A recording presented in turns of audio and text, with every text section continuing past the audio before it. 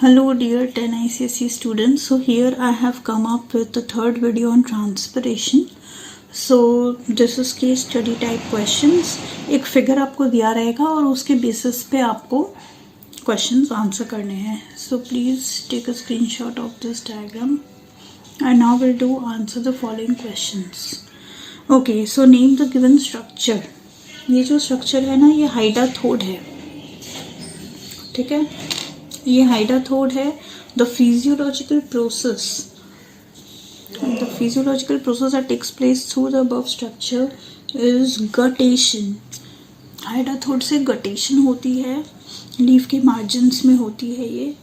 Which of the following condition does not favor this process?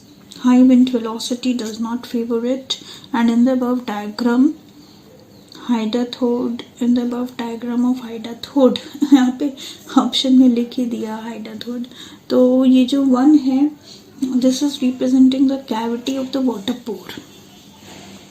Okay, ये जो one है, देखिए ये जो वन है, ये एक कैविटी की बात कर रही है. यहाँ पे एक कैविटी ऑफ वाटर पोर है. ठीक है, so take a screenshot of this question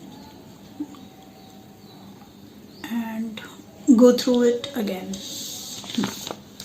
Next question. In the next question we have over here a diagram based question. Is an apparatus which was set up to investigate a physiological process in plants. The setup was placed in bright sunlight and based on this you have to answer the questions. So this is a question, take a screenshot. So name the process being studied in the above structure. Obviously यहाँ पे हम transpiration study कर रहे हैं.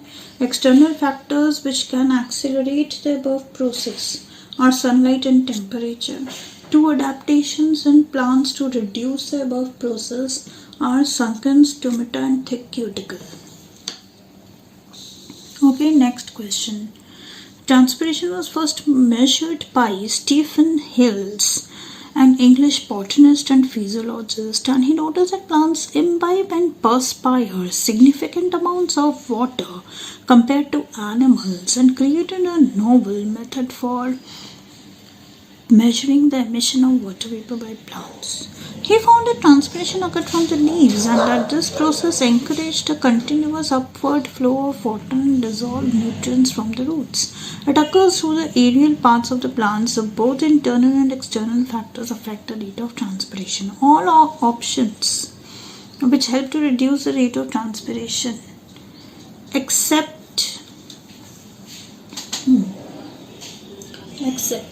यहाँ पे पूछ रहा है कि कौन ट्रांसपिरेशन रिड्यूस करने में हेल्प नहीं करता. All options given help to reduce the rate of transpiration except more leaf area. अगर ज़्यादा लीफ एरिया होगा तो ज़्यादा ट्रांसपिरेशन होगी, रिड्यूस नहीं होगी. ठीक है, next question. Which of the following is true? Higher the temperature, faster is the transpiration. Yes, this is true.